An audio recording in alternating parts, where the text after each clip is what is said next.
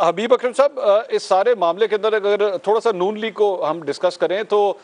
وزیر خزانہ کی تبدیلی کی باتیں ہو رہی ہیں، اسحاق ڈار صاحب کی واپسی کی بات ہو رہی ہے، اور جس طرح طلعت صاحب فرما رہے تھے کہ نواز شریف صاحب کی واپسی جو ہے وہ الیکشنز کے ساتھ مشروط نہیں ہے، لیکن آبویسلی اس وقت ہم دیکھ سکتے ہیں کہ مسلم لیگ نون ٹوٹلی ریلائی کر رہی ہے کہ اگر یہ دو لوگ واپس آ جائیں تو ہمارے بہت سے مسائل حل ہو جائیں گے۔ عوام کے اندر اس وقت جو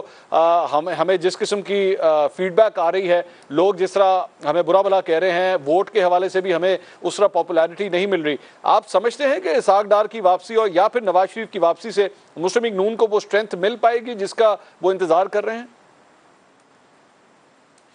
دیکھیے، مسلم لیگ نون کا اور پی ڈی ایم نے جتنی بھی اپنی پولیٹیکل کیلکولس کے ذریعے نتائج نکالے تھے وہ سارے تو غلط ثابت ہوئے۔ ہمیں پتہ ہے جب مسلم لیگ نون اور پی ڈی ایم مل کے یہ تحریک عدم اعتماد والا کھیل کھیل رہی تھی تو ہم سب کو یہ بتایا جا رہا تھا کہ یہ جیسے ہی عمران خان صاحب، اور ان کے لیے صیغہ واحد استعمال کیا جاتا تھا کہ یہ جائے گا وہ آئے گا، اس طرح کی بات کی جاتی تھی کہ ان کے جانے کے بعد جو ہے وہ ان کا تو نام لیوا کوئی نہیں ہوگا۔ مجھے پاکستان پیپلز پارٹی کے ایک بڑے سینئر رہنما نے کہا کہ اس میں سب سے بڑی جو مال غنیمت ہے وہ ہمارے ہاتھ لگے گا، کیونکہ جیتے ہوئے کینڈیڈیٹس پاکستان تحریک انصاف کو چھوڑ کے جو وہ ہمارے پاس آ جائیں گے، کیونکہ ہم ہی ان کو ہینڈل کر سکیں گے، اور پاکستان مسلم لیگ نون کا جو ٹکٹ تھا اس کو بالکل کامیابی کی کلید سمجھا جا رہا تھا، تو وہ ساری کیلکولیشنز تو غلط ثابت ہو گئی۔ دوسری بات یہ ہے کہ اب ان کے پاس ریکوری موڈ کیا ہے، ریکوری کرنے کے لیے انہیں کچھ کر کے دکھانا تھا۔ انہوں نے کہا تھا کہ اکانومی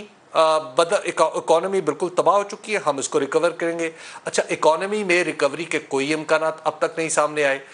آئی ایم ایف کے ساتھ جو معاہدہ تھا وہ بالکل ایسا معاہدہ تھا کہ اگر ہم کسی میٹرک پاس بچے کو بھیجتے پاکستان کی طرف سے کہ جاؤ آئی ایم ایف کے ساتھ معاہدہ کر کے آؤ، تو اس نے چونکہ ساری باتیں ماننی تھیں، وہ تو کسی ایسے شخص کا معاہدہ ہے جس کو نہ اکنامکس کا پتہ ہے، نہ پاکستان کی مشکلات کا پتہ ہے، نہ پاکستان کی عوام کی صورتحال کا اندازہ ہے،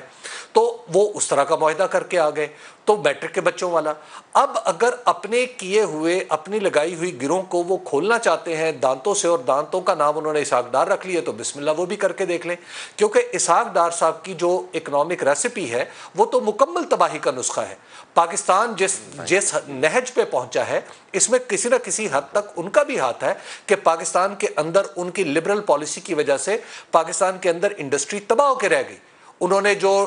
ڈالر کو جس طرح مصنوعی کنٹرول کرتے ہیں اس کے نتیجے میں پاکستان بیرونی کمپنیوں کے مال کی چراگاہ بن کے رہ جاتا ہے۔ تو اگر انہوں نے اسی طرح معیشت چلانی ہے تو بسم اللہ آ جائیں۔ پاکستان کے ساتھ پہلے کون سے مذاق کم ہوئے ہیں جو اسحاق ڈار آ کے کوئی ایک اور نیا مذاق کر لیں گے؟ یہ ہم ساری پرانی فلمیں ہیں جو ہم چلتے ہوئے دیکھ رہے ہیں، تو لہٰذا بسم اللہ، آپ نے اس طرح برباد کرنا ہے اس طرح برباد کر دیں۔ تو لیکن بہرحال اس حکومت سے تو کچھ سنبھلنے والا نہیں ہے۔ بہترین راستہ یہ ہے کہ ہم اپنی سیاسی چالاکیوں کو چھوڑ کے، اپنی ذاتی مفادات سے بلند ہو کے ہم کہیں الیکشن میں چلے جاتے ہیں۔ الیکشن دنیا بھر میں ایک تحریک عدم اعتماد حکومت بدل کر الیکشن میں جانے کا نتیجہ ہوتا ہے، راستہ ہوتا ہے، لیکن ہم نے چونکہ ہمیشہ سے گھوڑے جو ہیں وہ گاڑی کے پیچھے باندھنے ہوتے ہیں، ہم نے تحریک عدم اعتماد کو ایک متبادل حکومت کے قیام کی صورت سمجھ لیا ہے۔ تو بسم اللہ، اب آپ نے جو غلطیاں کی ہیں اس کی سزا، یہ تو سب بڑے ہیں، ان میں سے کوئی لندن چلا جاتا ہے مشکل وقت میں،